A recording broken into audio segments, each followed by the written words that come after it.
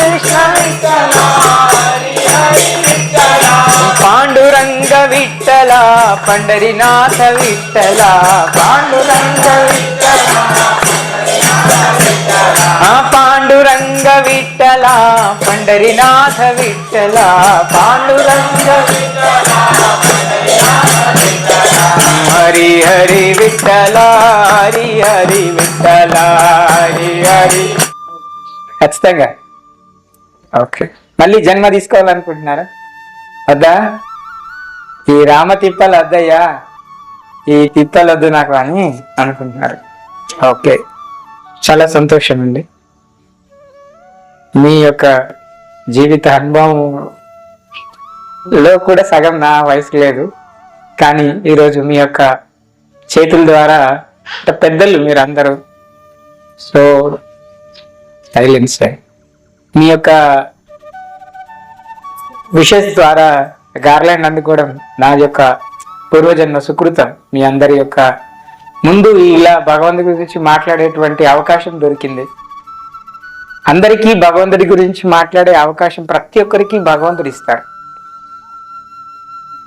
తనని తాని గురించి మాట్లాడుకోవడానికి మనకు పొద్దు నుంచి సమయం దొరుకుతుంది. నేను ఇట్లా, నేను అట్లా, మా వాళ్ళు ఇట్లా, మా ఇంట్లో అట్లా, మా ఇంట్లో ఇది ఉంది, మా ఇంట్లో అది లేదు, నేను ఇది చేశాను, ఇది చేయలేదు. మన గురించి మనం మాట్లాడుకోవడానికి చాలా టైం ఉంటుంది, కానీ భగవంతుడి గురించి మాట్లాడడానికి మన దగ్గర తక్కువగా టైం ఉంది. అందుకని భగవంతుడు ఏం చెప్తున్నారు? ఎవరు నా గురించి మాట్లాడతారంటున్నారు? నా గురించి మాట్లాడిన వాళ్ళు ఎలా ఉంటారు అని భగవంతుడు చెప్తున్నారు. మచ్చిత్త మద్గత ప్రాణాః బోధయంతం పరస్పరం అంటున్నారు. అంటే మన బుద్ధిని, మన మనస్సుని, మన ఇంద్రియాలని ఎప్పుడు ఎవరో ఒకరు ఏదో ఒకటి కంట్రోల్ చేస్తూనే ఉంటుంది. కానీ మనల్ని మనం కంట్రోల్ చేసుకునేటువంటి స్థితికి రావడమే ఈ ఆధ్యాత్మికంగా రావడం, ఈ భక్తిలోకి రావడం. మన మనస్సుని మనమే, మన స్థితిని మనమే, మన యొక్క ఉద్ధారణ మనమే చేసుకునేటువంటి స్థితి ఎవరిదికి వారికే ఉంటుంది తప్ప అన్యుల నుంచి మాత్రం కంట్రోల్ కావాలని చూసుకోకూడదు. మనం ప్రతిదీ పుట్టిన నుంచి పడితే మనము శరీరం వదిలే వరకు కూడా ప్రతి ఒక్కరు ఒకరి చేత కంట్రోల్ చేయబడతాం. యాక్చువల్లీ శాస్త్రంలో అయితే చెప్పబడింది ఏంటంటే మాయ ద్వారా మనం అందరం కంట్రోల్ చేయబడతాం. మాయ మనల్ని ఆడిస్తుంది అంత. అప్పుడే ఇది, అప్పుడే అది, తెలియకుండానే ఒకటి, తెలిసిన తర్వాత ఒకటి. మనం చేసిన తప్పులకి కొన్ని, తెలియకుండా చేసే తప్పులకి కొన్ని, తెలిసి చేసిన కర్మలకి కొన్ని ఫలితాలు, తెలియకుండా చేసిన కర్మలకి కొన్ని ఫలితాలు మళ్ళీ వెతుక్కుంటూ వస్తాయి. అవి మనకి తెలియదు కూడా తెలియదు. అరే నాకు తెలియదు, సడన్ గా వచ్చింది ఇది ఐసా బోల్తా. కానీ మీ అందరికీ చూడండి, ఎంతో కొంతమంది ఈరోజు భగవంతుడి కథ అయిందామని ఇక్కడికి వచ్చారు.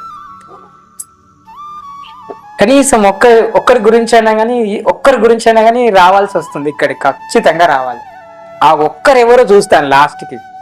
ఎవరు వస్తారు, ఎవరు రాకున్నా క్లాస్ మాత్రం ఎంత సిచ్యువేషన్ అయినా, ఈ కొండ రాళ్ళన్నీ ఇటుకి ఖచ్చిపడ్డా కూడా క్లాస్ మాత్రం బంద్ చేయండి. ఎవరు వస్తారో చూద్దాం. అప్పుడు ఆ సిచ్యువేషన్ కి భగవంతుడు ఏం చేస్తారంటే అసుంటియే పెడతాడు, కాళ్ళకి ముళ్ళు ఇరికిస్తాడు, కదులలేని స్థితి చేస్తారు, కట్టుదిడ్డం చేస్తారు, కట్టుబాట్లు కట్టేస్తారు, సతీ సక్కుబాయిని కట్టేస్తారు వాళ్ళు. నువ్వు పోవద్దు, ఎట్లా పోతావు పండురంగానికి, పండరిపూర్కి ఎట్లా పోయి విఠల్ని దర్శనం చేసుకుంటావు? కట్టేస్తారు, కట్టేసి కొడుతూ ఉంటారు. కొడుతూ ఉంటే ఈ దెబ్బలు ఎవరికి తగులుతున్నాయి? కృష్ణుడికి తగులుతున్నాయి. అదేంటి మీకు దెబ్బలు తగులుతున్నాయి? అక్కడేమో భక్తురాలకి దెబ్బలు తగులుతున్నాయి. ఏమంటుంది ఆమె? దెబ్బ తగిలితే అమ్మ, అబ్బా, అయ్యా అంటలేదు మనలాగా. ఏమంటుంది? ఎవరైతే పరమాత్మ, ఎవరైతే మనకి నిజమైన తండ్రి ఆయన్ని గుర్తు చేసుకుంటుంది ఆమె. సో ఇవి దెబ్బలు ఆయనకి చెందుతాయి, ఆయనకి తగులుతున్నాయి. ఆయన స్వయంగా వచ్చి ఆ కట్లల్లో ఉన్నటువంటి భక్తురాల్ని విడిపించి ఆయన దర్శనం చేసుకోవాలని ఆమెకి ఉవ్విల్లూరుతుంది. నేను వెళ్ళాలి ఆ యొక్క భగవంతుడి సత్సంగానికి. మా గురువులు ఎవరైతే ఉన్నారో వాళ్ళందరూ సాంగత్యంతో మనం ఎట్లయితే యాత్ర పోతాం అట్లా దాని సాంగత్య సాధు సంఘ అంటారు. ఆ సాధువులందరితో కలిసి మా గురువు గారు పండరిపురి యాత్ర చేస్తున్నారు. ఆ పండరిపురి యాత్రలో నేను కూడా భాగస్వామి కావాలి, పాండురంగాన్ని దర్శించాలి, విఠల్ని నేను కళ్ళులారా చూడాలని చెప్పేసి ఆమె కోరిక ఎంత ఉందంటే మనసు మొత్తం నిండిపోయింది. ఇంకా అందుకనే భక్తులు మనం ఎవరైనా చూసామనుకోండి, నాకు ఇది బ్లూ కలర్ కనిపిస్తుంది, పైన స్కై అన్లిమిటెడ్ స్కై ఉంది, నాకు మెరూన్ కనిపిస్తుంది, రెడ్ కనిపిస్తుంది, కానీ ఆమె ఏది చూసినా కృష్ణుడే కనిపిస్తున్నాడు ఆమెకి. మాతాజీని మిమ్మల్ని చూస్తుంటే నాకు కృష్ణుడే కనిపిస్తున్నారు, వాళ్ళ అత్తమ్మని చూస్తున్నా కృష్ణుడే కనిపిస్తున్నారు. ఆ రోకలి వడ్లు ఏది చూసినా, జొన్నలు ఏది చూసినా ఆమెకి అదే కనిపిస్తున్నారు. ఆమె భక్తి ఆ స్టేజ్, ఆ స్థాయికి వెళ్ళిపోయింది. నేను చూడకుండా ఉండలేని అని అనుకునే స్థితికి అప్పుడు స్వయంగా కృష్ణుడే తాను అక్కడికి వాళ్ళ భర్త రూపంలో వచ్చి, సక్కు నువ్వు ఇక్కడేం చేస్తున్నావు అంటే, నాకు ఇట్లా కోరిక ఉందండి, మిమ్మల్ని అడగకుండా పోవద్దు కదా, భర్త పర్మిషన్ తీసుకోకుండా భార్య ఏ పని చేయవద్దు కదా, మరి నాకు ఇట్లుంది కోరిక, నేను సత్సంగంకి వెళ్ళాలనుకున్నా, సాధు సంఘానికి వెళ్ళాలనుకుంటున్నా, నాకు మీ యొక్క పర్మిషన్ కావాలని అడిగితే ఆయన్నే స్వయంగా చేతులతో వదిలేసి, ఎవరాయన కృష్ణుడు వాళ్ళ భర్త రూపంలో వచ్చి వదిలేసి వాళ్ళ అమ్మగారిన పడుకుంటారా. మళ్ళీ చూడండి, గృహ స్త్రీ తన ధర్మం ఎలా నిర్వహిస్తుంది. ఆమె పతివ్రత కదా, ఆమె పోతూ పోతూ గయ్యాలి అయినటువంటి వాళ్ళ అత్తగారి కాళ్ళు మొక్కిపోతుంది. మనమైతే ఏం చేదే అది అటు ఇది ఇటు అని చెప్తాం, అవునా కదా. కానీ ఆమె పోతూ పోతూ వాళ్ళ అత్తగారి ఆశీర్వాదం కూడా, అంటే నీకు ఇంకా బుద్ధి రాలేదు సక్కు, నిన్ను బాగా తిప్పలు పెట్టేట ఆమె కూడా మళ్ళా నువ్వు ఆశీర్వాదం అంటే లేదు, తాను ఇతరులు చెడినా తాను చెడొద్దు అంటే, ఇతరులు ధర్మం పాటిస్తున్నారా పాటించకపోతా లేరా అనేది వాళ్ళకి సంబంధించిందయ్యా. ధర్మం నువ్వు పాటించడానికి ఉంది, ఇతరులని పాటించమనడానికి ముందు నువ్వు పాటించడానికి ధర్మం ఉంది. ఆ ధర్మాన్ని నువ్వు ముందు పాటించాలి. ఆ ధర్మాన్ని నువ్వు ముందు పాటించడం నేర్చుకున్న తర్వాత ఇతరులకి చెప్పాలి. నేను పాటించకుండా ఇతరులను పాటించమంటే ఎలాగా? పోనీ నేను మీ అందరి దృష్టి నుంచి తప్పించుకోవచ్చు, నేను మీ అందరిని మెప్పించవచ్చు, నేను నా భార్యని మెప్పించవచ్చు, మిమ్మల్ని మెప్పించవచ్చు, కన్వీనియన్స్ అందరినీ చేయొచ్చు, కానీ భగవంతుణ్ణి కన్విన్స్ చేస్తామా? మీ అందరి కళ్ళు తప్పించుకున్నా కానీ పైవాడి కళ్ళ నుంచి తప్పించుకుంటామా? తప్పించుకో. కాబట్టి మనకేంటంటే అక్కడ ఆమె ధర్మాన్ని, గృహస్థ ధర్మాన్ని పాటించి అలా వెళ్ళిపోతుంది అనమాట. వెళ్ళిపోయిన తర్వాత ఇంకా మంచిగా పాడుకుంటా వెళ్ళిపోతుంది. హరి హరి హరి విఠల, హరి హరి విఠల. మిమ్మల్ని అన్ని శక్తులు, ఏ శక్తులు కూడా వెంబట రావు, భగవంతుడి శక్తులు వస్తాయి ప్రొటెక్షన్ చేయడానికి. భగవంతుడికి సంబంధించిన శక్తులు ఉన్నాయి కదా ప్రకృతిలో, అవి మిమ్మల్ని ప్రొటెక్ట్ చేస్తాయి, అవి మిమ్మల్ని రక్షణ చేస్తాయి. It will protect you. ప్రకృతి అధిష్టానం ఇచ్చేస్తుంది. ఈయన ప్రకృతికి మనకి దగ్గరగా ఉన్నాడు, మన యొక్క వేలో ఉన్నాడు, ఈయన్ని ప్రొటెక్ట్ చేయండి. సో ఇలా ఆమె వెళ్ళిపోయింది. కానీ ఈ కట్లలో ఎవరు ఉన్నారండి? కృష్ణ ఉన్నారు. స్వయంగా కృష్ణ కట్లలో ఉన్నారు, కృష్ణలో ఉన్నారు. అయితే ఈ టాపిక్ వచ్చింది నాకు. చూడండి, ఈరోజు నేను లేట్ వచ్చాను, అసలు ఏం చెప్పాలో అనుకోలేదు. ఈ పైన సత్యభామ, ఆ అష్టసఖులు అందరూ విరహంలో ఉన్నారు. భగవంతుడు ఎప్పుడు వస్తాడు? ఆమె యాత్ర పోయి 1 రోజు, 2 రోజులు, 3 రోజులు, 4 రోజులు, 5 రోజులు, వారం రోజులు అవుతుంది.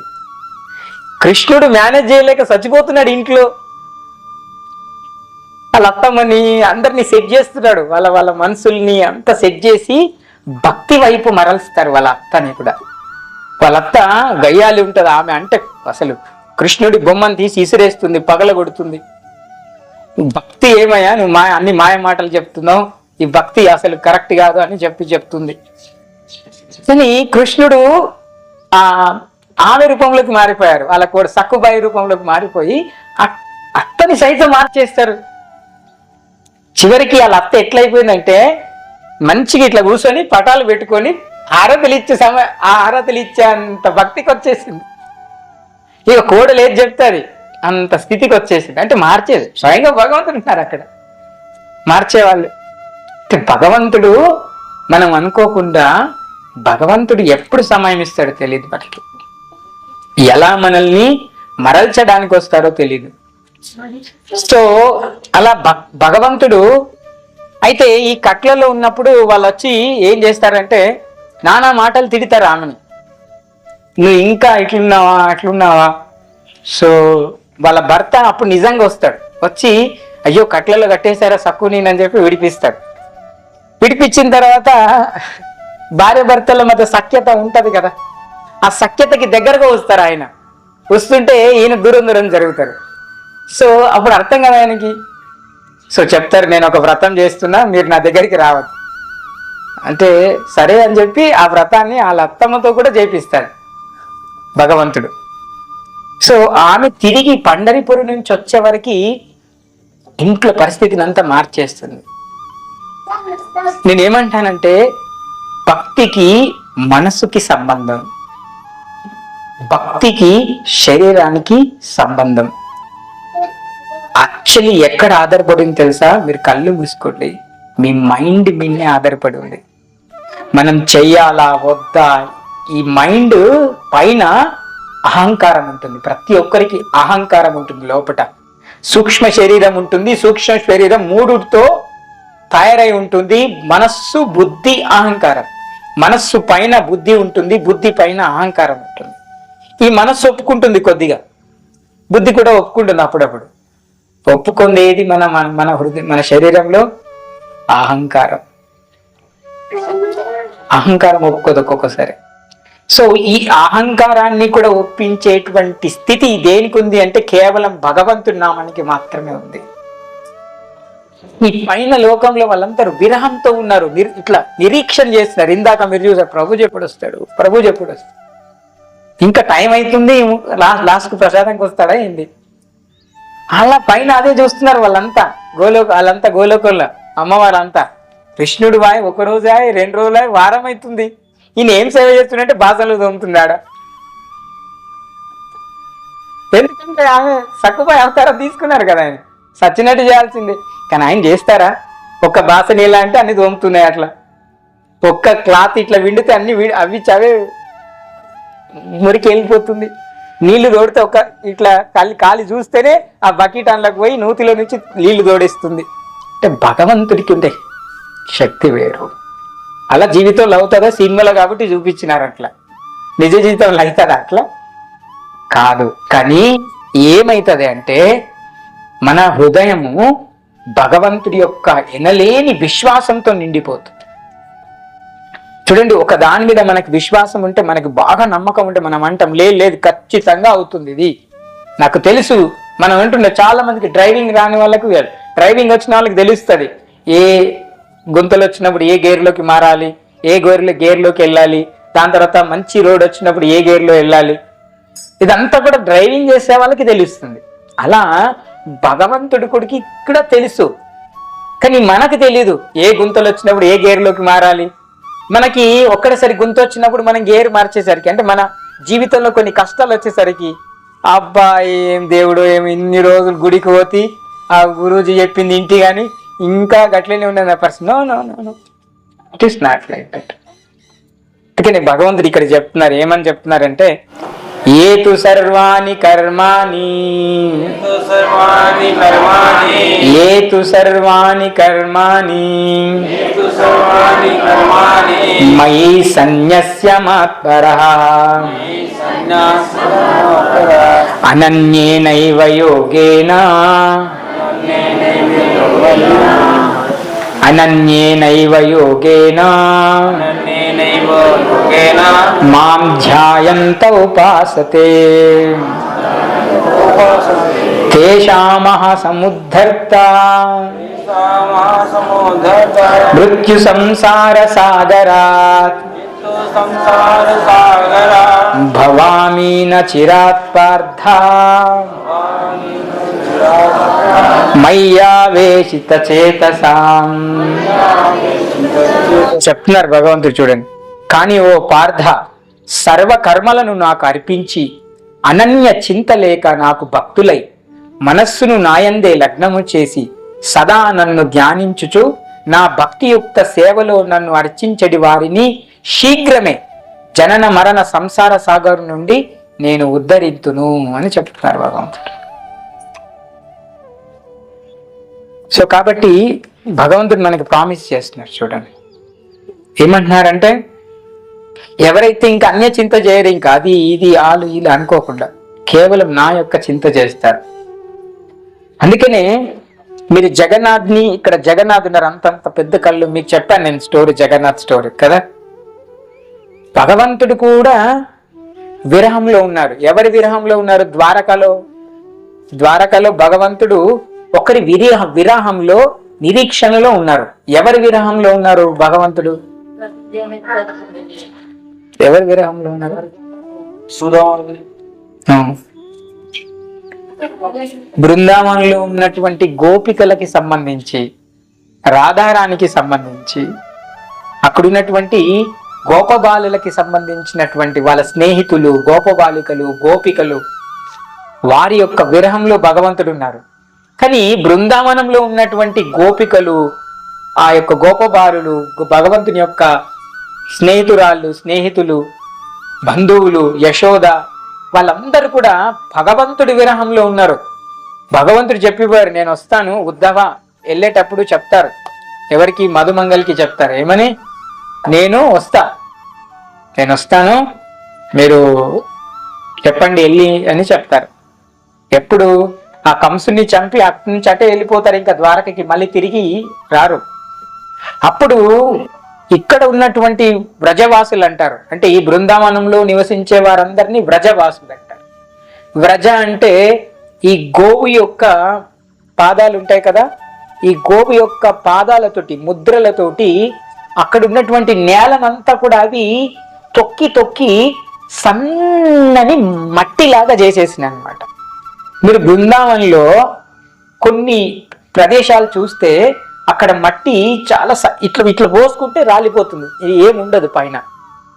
అంటే భగవంతుడు ఆడుకుంటే ఎక్కడా భగవంతుడికి ఆ ఇసుక రేణువులు సైతము పాదాలకి కందిపోకుండా, కుచ్చుకోకుండా ఉండాలని చెప్పేసి ఆ గోవులు ఎక్కడెక్కడ మాతో పాటు కృష్ణుడైతే వస్తాడు అక్కడ అంతా కూడా మట్టిని అట్లా చేసేసాయి అనమాట. అంటే అందుకని వ్రజభూమి అంటారు. ఆ వ్రజవాసులు ఎవరైతే ఆ భూమిలో నివసిస్తున్న వారిని వ్రజవాసులు అంటారు.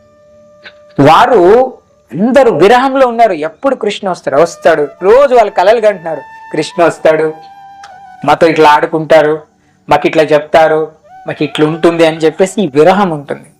ఆ విరహంలో వాళ్ళు ఏం చేస్తారంటే భగవంతుడి మీద అప్పుడున్న దానికంటే ఇంకా 10 ఎక్కువ భక్తిని పెంచుకుంటారు వాళ్ళు భగవంతుడి మీద. కాబట్టి భగవంతుడి యొక్క దర్శనం వెంటనే, ఇప్పుడు మీరు మొక్కిన వెంటనే మీకు దర్శనం ఇచ్చినారనుకోండి, ఎప్పుడు మొక్కిన కృష్ణుడు వస్తారని అనుకుంటారు మీరు. ఎప్పుడు కృష్ణ వస్తాడు పోతాడు, మా ఇంటి పక్కకే ఉంటారు అంటారు. అవునా కదా? భగవంతుడి యొక్క సాక్షాత్తు ఒక ప్రముఖ వ్యక్తిని మనం కలవాలంటే చాలా రిస్క్.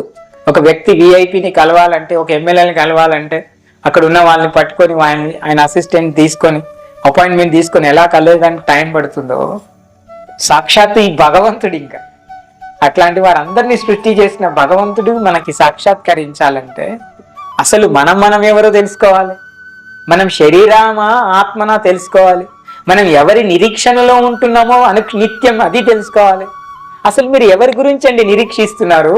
ఈ వయస్సు, ఈ అనుభవము, ఈ యొక్క సంపాదన, ఈ మీ తెలివి, ఈ బుద్ధి, ఈ మనస్సు ఎవరికి అర్పించడానికి మీరున్నారు? ఎవరి నిరీక్షణ కోసం ఇదంతా చేస్తున్నారు? భర్త భార్యకా, భార్య భర్తకా, తల్లి పిల్లలకా, పిల్లలు తల్లిదండ్రులకా, ఎవరికి? గురువు శిష్యులకా, శిష్యుడు గురువుకా?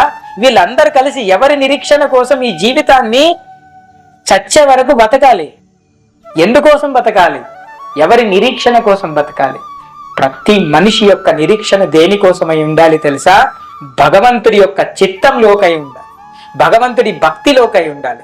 ఒక్కసారి భగవంతుడి యొక్క భక్తిలోకి గనక మనం తొంగి చూస్తే, భగవంతుణ్ణి మీరు ప్రేమించడం మొదలు పెడితే, భగవంతుడు ప్రేమించడం గనక మొదలు పెడితే, భగవంతుడు మనం ప్రేమిస్తే భగవంతుడు తట్టుకోగలుగుతాడు. కానీ ఒకవేళ భగవంతుడు గనక మిమ్మల్ని ప్రేమించడం గనక మొదలు పెడితే మీరు అస్సలే తట్టుకోలేరు, మీరు అస్సలే తట్టుకోలేరు. ఎట్లా తెలుసా? చీటికి మాటికి పోయి భగవంతుడి దగ్గర ఏడుస్తారు, ఏడుపు వస్తుంది. ఏదైనా ముత్తమంత అనిపిస్తే కదా కృష్ణ అంటారు. నాకు ఇది కావాలి అంటే కలా మీకు సందర్భం వచ్చినప్పుడు, సమయం వచ్చినప్పుడు ఖచ్చితంగా మీ జీవితంలో మీకు ఏది అవసరం అది 190% భగవంతుడు సమకూరుస్తాడు. ఇది మాకు అనుభవం ఉంది, మీకు కూడా అనుభవం అవుతుంది భగవంతుడి భక్తులైతే. అవునా కదా? మాకు అసలు అనుభవమే లేదు, జీవిత అనుభవం లేదు మాకు. మా వయసు చాలా తక్కువ. ఇక్కడ కూర్చున్న వాళ్ళ చాలా మంది కంటే నేను చాలా చిన్నవాడిని.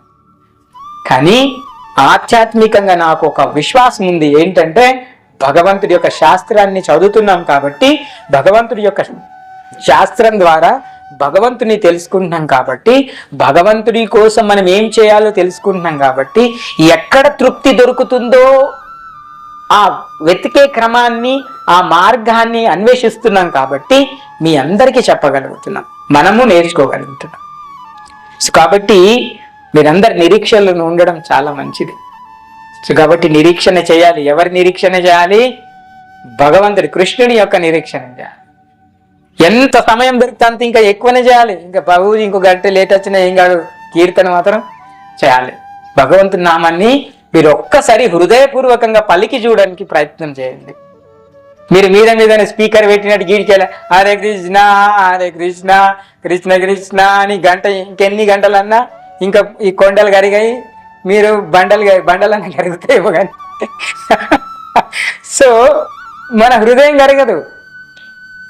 కాబట్టి ఇదందరికీ మనందరి మనసుకు సంబంధించినటువంటిది భక్తి. సో కాబట్టి ఈ యొక్క వాతావరణం చూడండి, సూర్యుడు రాకపోతే జనాల కొన్ని రోజులు రాకపోతే బాగానే, కానీ మొత్తంగా రాకపోతే ఇట్లుంటుంది ఇంకా జీవన విధానం.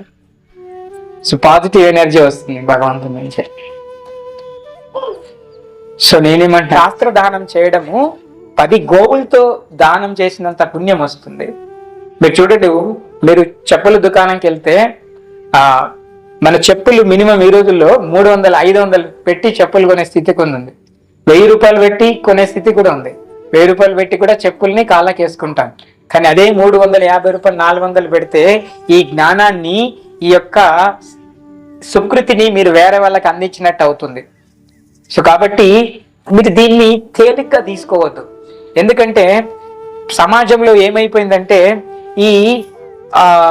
ఇలాంటి మాటలు, అంటే విలువతో కూడిన మాటల్ని చాలా మంది మూర్ఖులు, యూజ్లెస్ ఈడియట్స్ ఏం చేశారంటే వారి యొక్క ఇష్టానికి, వారి యొక్క స్థితిని పెంచుకోవడానికి, వారి యొక్క ఫేమస్ కావడానికి ఈ మంచి విలువతో కూడిన మాటల్ని, విలువతో కూడిన సత్యాల్ని, విలువతో ఉన్నటువంటి ఆ పద్ధతులన్నిటినీ హేళన చేసే విధంగా తయారైపోయినారు సమాజంలో.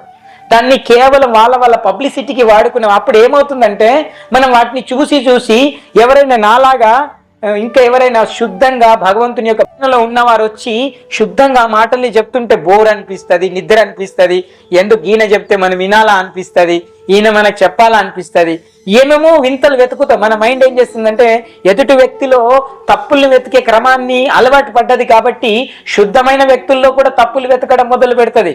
కాబట్టి ఈ బుద్ధికి మీరు చెప్పాలి. ఇట్లాంటి సత్సంగాలకి రావడం వల్ల ఏమవుతుందంటే బుద్ధి, మనస్సు, అహంకారం కంట్రోల్ అవుతాయి. ఈ కంట్రోల్ అవ్వడం వల్ల ఏంటి లాభం? ఎవరికి లాభం కాదు, మీకే లాభం. ఎందుకు లాభం తెలుసా? పూర్వజన్మ.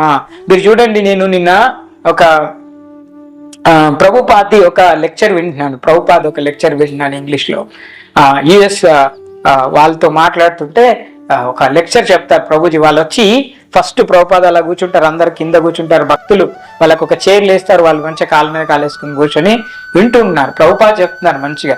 చూడండి, మనం అందరం కూడా అంగవైకల్యము, కొంతమంది అంటాం ఈయనకి అంగవైకల్యం ఉంది, కాళ్ళు లేదు, వీళ్ళు అవుటి వాళ్ళు, వీళ్ళకి చేతులు లేదు, ఇలా అని మనం హేళన చేస్తుంటాం సమాజంలో. లేకుంటే చిన్న చూపు చూస్తాం, జాలి చూస్తాం.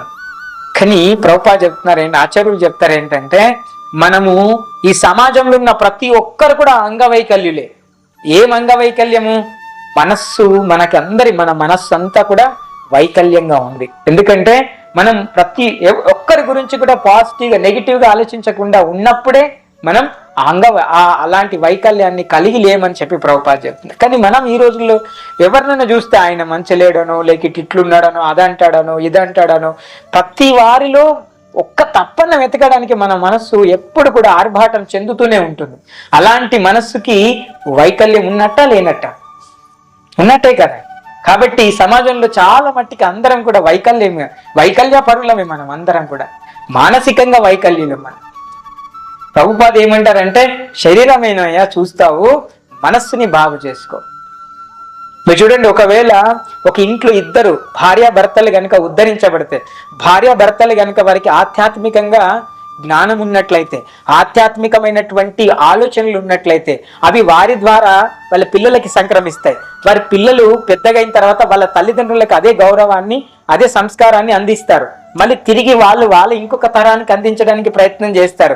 కానీ మనం ఏం చేస్తున్నాం? మన పిల్లలకి మన యొక్క స్టేటస్ ని అందిస్తున్నాం, మన యొక్క లగ్జరీనెస్ ని పిల్లలకి అందిస్తున్నాం, మన యొక్క ఉన్నత స్థాయిని, మనం ఏమేమి తింటాం, ఇట్లుండాలి, అది చేయాలి, లగ్జరీనెస్, బట్టలు, ఇలా చూపిస్తున్నాం తప్ప ఆధ్యాత్మికంగా పిల్లలకి లేదంటే సంస్కారవంతమైనటువంటి జ్ఞానాన్ని ఏ మచ్చు కూడా ఇవ్వడానికి స్కూల్స్ సిద్ధంగా లేవు, మనం కూడా సిద్ధంగా లేవు. పోనీ కనీసం ఆ వారంలో ఒక్కరోజైనా ఇలాంటి సత్సంగాలకి తీసుకొస్తారా? ఆ మార్పు ఎవరిలో రావాలి? మొట్టమొదటిగా మనలో రావాలి. దాని తర్వాత ఆ కుటుంబానికి అదిన్ని జతపరచాలి. మెల్లమెల్లిగా మారుతారు ఎవరైనా. సో కాబట్టి మార్పు మొట్టమొదటిగా ఇతరుల నుంచి ఎక్స్పెక్ట్ చేయకూడదు. ఇవి ఇతరుల నుంచి మనము ఈయన మారాలి, నువ్వు ఇలా ఉండాలి, అలా ఉండాలని ఎప్పుడు కూడా అనకూడదు. మహాప్రభు ఏం చెప్తారు? సో వైష్ణవులు ఎలా ఉంటారంటే, పరదుఃఖ దుఃఖి అంటే ఇతరుల దుఃఖాన్ని కూడా తన దుఃఖంగా భావించేటువంటి వారు వైష్ణవులు. మేము మొన్న చెప్పాను వైష్ణవుల లక్షణాలు కొన్ని. ఎలా ఉంటారు వైష్ణవులు అంటే? ఏం చెప్పాను? ఒకటనే చెప్పండి. వైష్ణవుల లక్షణాలు. వైష్ణవుడు అంటే ఎవరు వైష్ణవుడు అనిపించుకోవాలి అని చెప్పాను. తిలకం లేదు మీకు. ఓకే, ఇంకా గుడ్.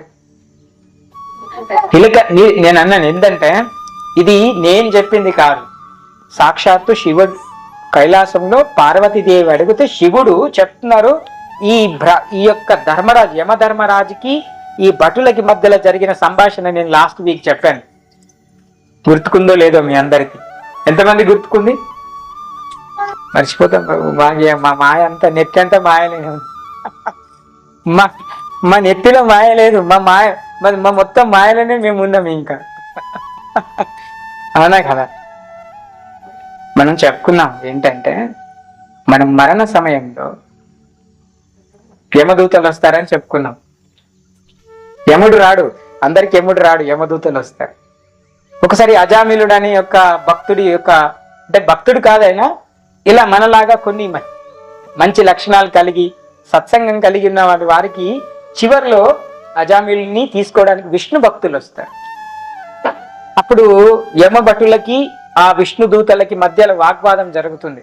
ఏమయ్యా, మేము తీసుకుపోవాలి కదా, మరి మీరెందుకు వచ్చారని వాగ్వాదం జరుగుతుంది. అలా అయిన తర్వాత వాళ్ళు తీసుకెళ్లిపోతారు విష్ణు దూతలు వైకుంఠానికి. అక్కడ మన అందరం ఆ రోజు ప్రశ్నలు నేను సంధించాను. మీరు చెప్పండి, ఎంతమంది చేతులు లేబట్టండి, ఎంతమందికి ఇష్టం మీరు నరకంకి వెళ్ళడం?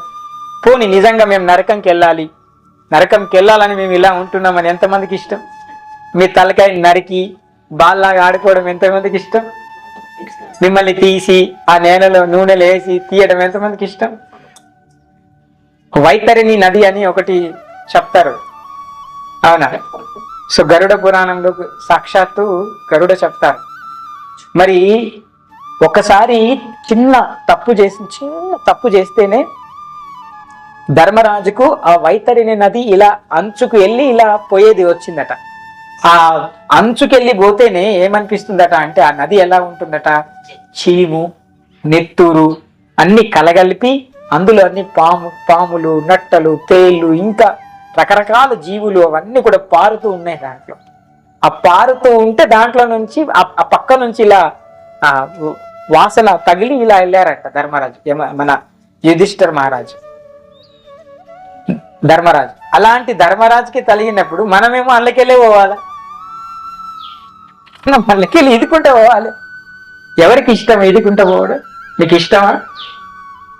మరి మంచిగా ఏం చక్క విష్ణుదూతలు వస్తే మనల్ని మంచిగా ఆ వాహనం మీద కూర్చుండబెట్టుకొని మంచిగా వైకుంఠం తీసుకుపోయి అక్కడికి తీసుకుపోయిన తర్వాత మనకి లగ్జరీ సేవలు చేస్తుంటే, ఇగో ఈ రూమ్ మీది, 5 స్టార్ హోటల్ ఇది, మీరు మీది, మీరు హ్యాపీగా ఉండొచ్చు, మీరు ఎక్కడైనా వెళ్ళొచ్చు, మీరు హ్యాపీగా భగవంతుడి కీర్తన చేయొచ్చు, మీకు ఏది నచ్చుతుంది ఇక్కడ దొరుకుతుంది, మీకు యవ్వనం ఎప్పుడు ఉంటుంది, ముసలివారు గారు, మీకు దగ్గు, జలుబు, తుమ్ము అసలు అటువంటివే ఉండవు. మీరు యవ్వనంగా ఉంటారంటే అటువంటి ఎందుకు ఉంటాయి?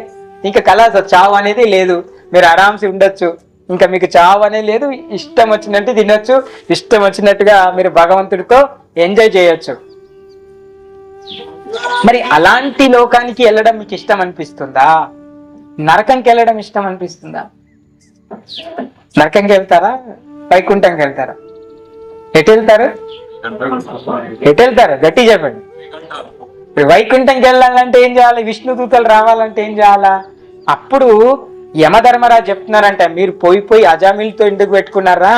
పిలిచి అలా చెవులో చెప్తున్నారంట, అయ్యా అని చెప్తున్నారు, ప్రభురేహం, మీకు నేను ప్రభువుని, కానీ ప్రభురేహం అన్యదాచిత్, నేను ఇతరులకి ప్రభువుని కాను. ఎవరికి? ఇతరులకి, వైష్ణవులకి నేను నా వైష్ణవానం, నా ప్రభురేహం అన్యదాచిత్, అన్యులకు నేను ప్రభువుని, కానీ నా వైష్ణవానం అంటే నేను వైష్ణవులకి ప్రభువుని గాను. అయ్యో ఇన్ని రోజులు మరి మీరే ప్రభు అనుకుంటున్నా, లేదురా బాబు, నాకంటే మస్తు మంది వేరేళ్ళు ఉన్నారు ప్రభువులు. మరి ఎవరిని ముట్టొద్దని చెప్తున్నారు? ఎవరినైనా టచ్ చేయండి, కానీ వైష్ణవులని మాత్రం మీరు వెళ్ళడానికి మీకు హక్కు లేదు, అధికారం లేదు. ఎవరు వైష్ణవులు? ఎవరైతే ఈ యొక్క లలాట పలకం మీద ఊర్ధ్వపుండ్రం అంటారు దీన్ని సంస్కృతంలో, ఈ ఊర్ధ్వపుండ్రాన్ని ఎవరైతే ధరిస్తారో, అంటే ఈ తిలకాన్ని ఎవరైతే ధరిస్తారో వారు వైష్ణవులు, వాళ్ళ జోలికి మీరు వెళ్ళొద్దు. అలానే ఈ మెడలో కంటి మాల వేస్తున్నారు, తులసి మాల, వాళ్ళని వైష్ణవులా గుర్తిస్తారు, వాళ్ళని మీరు టచ్ చేయొద్దు. శంఖ చక్రాలు ఉంటాయి, ఇలా చక్రాలు వేసుకుంటారు, అంతా కూడా ఆచమయం చేస్తారు, వాళ్ళని మీరు కూడా టచ్ చేయదు, వాళ్ళు కూడా వైష్ణవులు. సో కాబట్టి ఇలా అందులో కనీసం ఒకటి మనం మెయింటైన్ చేయొచ్చు. ఏంటి? తిలకం. మొదట్లో మాకు కూడా భయం ఉండింది, కొత్తగా తిలక పెట్టి, అరే కొత్త నామాలు పెట్టినట్టుండే అందరు. ఏమో కొత్త నామం పెట్టినవు, అడ్డనామం పెట్టు, పొడునామం పెట్టు, ఇతరులకు పంగనామం పెట్టక అని అంటారు కదా. ఏమేమో నామాలు పెడుతున్నాడు, ఏమో కథ చేసి ఏమైతావురా నువ్వు. జనాలు సమాజంలో ఉంటారు అలాగా. కానీ మెల్లమెల్లిగా మన జీవన క్రమం అనేది వాళ్ళకి చూపించగలగాలి. ఇతరులకి మన జీవన విధానం ఏంటో చెప్పకనే వాళ్ళు తెలుసుకోగలగాలి. మనం చెప్పకూడదు, నేను ఈ జీవితాన్ని అవలంబిస్తున్నాను ఎప్పుడు కూడా ఎవరికి చెప్పొద్దు. అరే వీడి ఇలాంటి మార్గం గుండి వెళ్తున్నాడు అని అనుకోవాలి వేరే వాళ్ళు, అంతే మనల్ని చూసి, అంతే తప్ప మనము చెప్పుకోకూడదు. కాబట్టి మన అందరం కూడా ఈ వైష్ణవ లక్షణాలని కలిగి భగవంతుని సేవించాలి. ఈ తిలకము ధారణ అనేది చాలా మంచిది, మీకు అకాల మృత్యువు నుంచి కాపాడుతుంది. ఇది అనేకమైనటువంటి, మీరు బయటకు వెళ్తే అనేకమైనటువంటి శక్తులు ఉంటాయి బయట, దుష్ట శక్తులు, అవి మిమ్మల్ని వెంబాడిస్తాయి, వాటి నుంచి రక్షిస్తుంది మిమ్మల్ని. కాబట్టి మృత్యువు రాదు, మృత్యు వచ్చినా విష్ణుదూతలతో రాస్తుంది. ఈ కంటిమాల ఉంది చూడండి, ఇది ఏం చేస్తుంది? మిమ్మల్ని ఆరోగ్యవంతంగా ఉంచుతుంది, పాజిటివ్గా ఉంచుతుంది. అదేవిధంగా మిమ్మల్ని ఆధ్యాత్మిక చింతన వైపు మెలిగేలాగా, కొద్దిగా భయం, ఒక బాధ్యత అన్నమాట. అబ్బో నా మెడలో తులసి మహారాణి యొక్క మాల ఉంది, నేను ఈ నియమాన్ని చక్కగా పాటించాను. ఈ నియమబద్ధమైనటువంటి జీవనంలో ఉన్న వారందరూ గొప్ప వాళ్ళయ్యారు. కాబట్టి నియమబద్ధమైనటువంటి జీవనంలో లేని వాళ్ళు ఎప్పుడు విచ్చలవిడిగా ఉంటారు. మీరు చూడండి, ఒక చెట్టుకి ఆ చెట్టు పక్కన ఒక కర్ర నాటితే, మొక్క పక్కన కర్ర నాటితే మొక్క పెరుగుతుందా, కర్ర పెరుగుతుందా? మొక్క ఎలా పెరుగుతుంది? మంచిగా స్ట్రైట్ గా పెరుగుతుంది. అది సమాచారం, దాని గురించి విచారం చేస్తాం. మరి మనం ఎలా ఉండాలి ఈ జీవితంలో? ఇప్పటి వరకు మరి 30 సంవత్సరాలు, 40, 50, 60, 70, 80 సంవత్సరాలు గడిచిపోతున్నా కూడా ఇంకా మన జీవితంలో మార్పు రాంది ఏంది? మనం మార్చుకోవాల్సింది ఏంది? అది మార్చుకోవాలా, ఇట్లనే మరి కంటిన్యూ చేయాలా అయిపోయేదాకా? అది ఈ భక్తి ద్వారా, ఈ ఆధ్యాత్మికంగా ఈ సత్సంగాలకు రావడం ద్వారా తెలుస్తుంది. ఆడ హారతీలు ఉంటాయి. భగవంతుడికి ఎట్లా అగరబత్తి దింపాలో కూడా మనకు తెలియదు, కానీ ఈ సాంగత్యంలో మీకు అన్ని తెలుస్తాయి. రాను రాను మీకు అన్ని నేర్పిస్తాం. భగవంతుడి యొక్క హారతి ఎలా ఇవ్వాలి, దీపధారణ ఎలా చేయాలి, దీపం ఎలా ముట్టియాలి, ఆచమ్యం ఎలా చేసుకోవాలి, ఆచమ్య మంత్రాలు ఏముంటాయి, మీరు ఎలా హారతి చేస్తే బాగుంటుంది, తులసి మహారానికి సేవ ఎలా చేయాలి, తులసి మహారాణి యొక్క హారతి ఎలా చేసుకోవాలి, ఇవన్నీ మీరు ఇంట్లో చేసుకోవాల్సినవి. మీ అందరూ కూడా ఇవి చేసుకుంటే మీకే హ్యాపీ. మీరు ఇంట్లో చేస్తుంటే మీ పిల్లలకు అలవాటు అవుతుంది. అది చూసినటువంటి పిల్లలు ఏం చేస్తారంటే వాళ్ళు మీరు లేని సందర్భంలో వాళ్ళు ప్రాక్టీస్ చేస్తారు. అవునా కదా? అప్పుడు ఏమవుతుందంటే పిల్లలకి అన్యదా విషయాల మీద మనస్సు కోరిక పోనప్పుడు ఏం చేస్తారు, వాళ్ళకి ఆహా ఇలా చేయాలనిపిస్తుంది. అప్పుడు తప్పు మాటలు ఎవరైనా మాట్లాడుతుంటే అట్లా మాట్లాడొద్దు, అట్లా చేయొద్దు అని చెప్తారు వాళ్ళు. కానీ మనం ఉంచడమే చెడు మార్గంలో ఉంచితే వాళ్ళు అవే నేర్చుకుంటారు. ఏ మార్గంలో ఉంచితే ఆ మార్గంలో నేర్చుకుంటారు. అందుకే అంటారు కదా, మొక్కని వంగనిదే మానవ రంగునా అని అంటున్నప్పుడు ఆ మొక్కని మీరు ఎట్టట్టు వంచుతున్నప్పుడు పిల్లలకి వాళ్ళు వింటున్నారా, వింటలేరా, శ్రద్ధన అశ్రద్ధన వదిలేయండి. కానీ పిల్లలకి ఇది కంటిన్యూస్ గా ఆ పాదరసం మీరు ఒక వస్తువు ఆకారాన్ని గీసి పాదరసాన్ని గరం చేసి పోస్తే సరిపోతుంది, అంతే. అది లోపలికి వెళ్ళిన తర్వాత అది ఏదో ఒక వస్తువు ఆకారం అయిపోతుంది. అలా మన మనసులోకి వెళ్ళినటువంటి భగవంతుడి నామము, భగవంతుడి భక్తి ఏదో ఒక రోజు మన ఇంటి లోపట, మన జీవితం లోపట 100% వెలుగు అనేది ఖచ్చితంగా నింపుతుంది. ఎందుకంటే ఇది సామాన్యమైనటువంటి పుస్తకం కాదు, ఇది సామాన్యమైనటువంటి గ్రంథం కాదు, ఎవరో తాను సొంతంగా తనకి నచ్చినట్టుగా రాసిన పుస్తకం కాదు. భగవంతుడు తానే స్వయంగా భగవంతుడు చెప్పినటువంటి మాటల యొక్క పుస్తకం.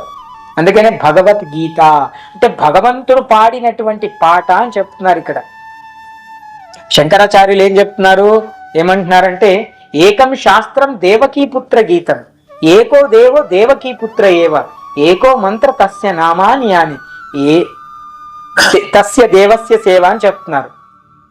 సో కర్మ అపి తవ దేవస్య సేవ అంటే ఆదిశంకరాచార్యులు ఏం చెప్తున్నారు భగవద్గీత గురించి. సో ఏకం శాస్త్రం, ఒక్కటొక శాస్త్రం ఉంది, అది దేవకీపుత్ర గీతం. దేవకీపుత్రుడైనటువంటి కృష్ణుడు చెప్పినటువంటి గీతనే ఏకైక శాస్త్రం అని చెప్తున్నారు. ఏకో దేవో దేవకీపుత్ర ఏవో, ఒక్కరు దేవుడు ఉన్నారు భగవంతుడు. ఆయన ఎవరు? దేవకీపుత్రుడు అయినటువంటి కృష్ణుడు అని చెప్తున్నారు. ఏకో మంత్ర తస్య నామాని, ఒకటే మంత్రం చెప్పాలి. ఇంకా చెప్పదలుచుకుంది మనం పఠించదలుచుకుంది ఏదైనా ఉంది అంటే అది కేవలం భగవంతుని నామం మాత్రమే, కృష్ణుని నామం మాత్రమే, హరినామం మాత్రమే అని చెప్తున్నారు స్వయంగా, నేను చెప్పట్లేదు. కర్మ అపి ఏకం తవ దేవస్య సేవ, ఒకటి ఒక కర్మ చేయాలి మనుషులు. ఏది? భగవంతుడి సేవ చేయాలి. ఒకటి మన కుటుంబం కోసం సేవ చేసుకోవాలి. ఆ కుటుంబ సేవ కూడా ఎవరి యొక్క లక్ష్యం కోసం చేయాలి? తిరిగి భగవంతుల్లో ఆ మార్గం గుంటా నన్ను, నాతో పాటు నా యొక్క కుటుంబాన్ని నీ మార్గంలో ఎప్పుడు ఉంచు తండ్రి అంటే సరిపోతుంది, అంతే. అన్ని దాంట్లో వచ్చేస్తాయి. ఇంకా అలాంటి దాన్ని ఏమని చెప్తున్నా అలా చెప్పండి వాళ్ళకి సమాధానం, సరేనా?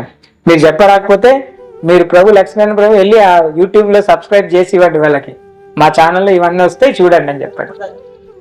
ఎందుకంటే ఎవరిని మనం తక్కువ చేయకూడదు. ఈరోజు మన కార్యక్రమానికి రాకపోయినా, మన కార్యక్రమం గురించి చెడుగా వేరే అనుకున్నా ఏం పర్లేదు. ప్రతి ఒక్కరిని ప్రేమించేటువంటి హృదయం వారికి లేదు. అప్నేకు హై ఇదర్ హై అని భగవాన్కు ఇతనా హై. సో భగవంతుడి దగ్గర ఎంతో ఉంది, అందరినీ ప్రేమించే శక్తి ఉంది. కానీ మన దగ్గర కొద్దిగా ఉంచుకోవాలి.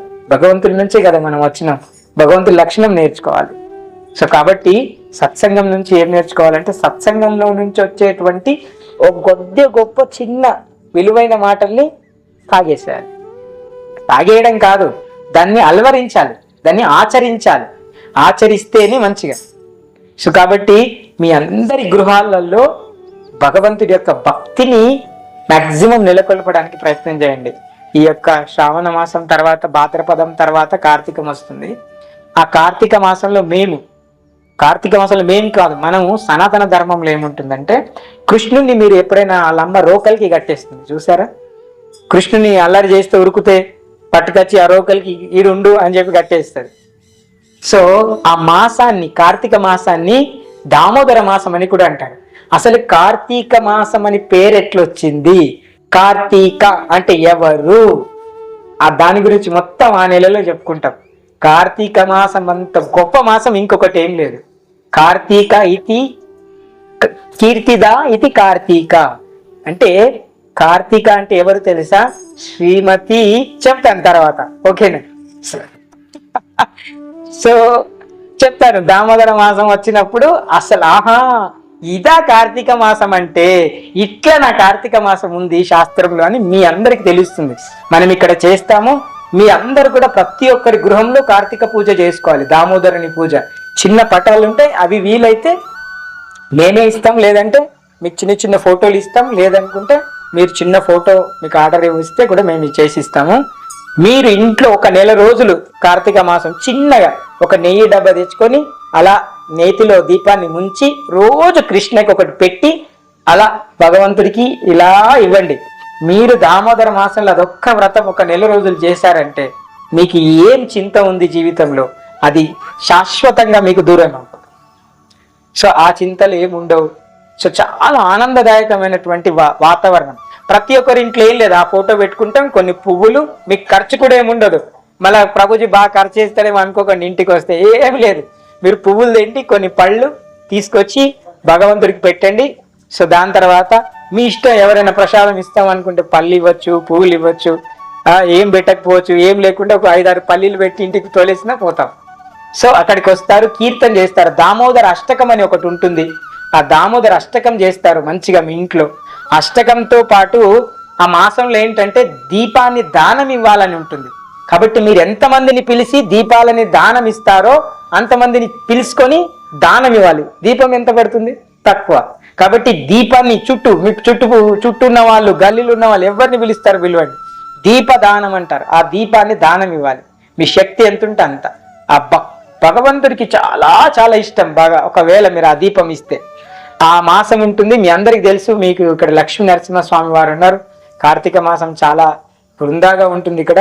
సో మీరు చూసిన ఇంతవరకు కార్తీక మాసం, మనం చేసేటువంటి కార్తీక మాసం, కార్తీక ఎవరి పేరు మీద మాసం పేరు వచ్చింది అవన్నీ కూడా మనం ఆ మాసంలో నేర్చుకుందాము. కార్తీక మాసంలో ప్రతి ఒక్కరి ఇంటికి మమ్మల్ని ఆహ్వానించండి, మేము ఖచ్చితంగా మీ ఇంటికి వస్తాము. గృహం లోపల కృష్ణుని పూజ చేయించుకోవడం అత్యంత దుర్లభమైంది. అనేక జన్మల నుంచి మనకు సుకృతి ఉంటుంటుంది.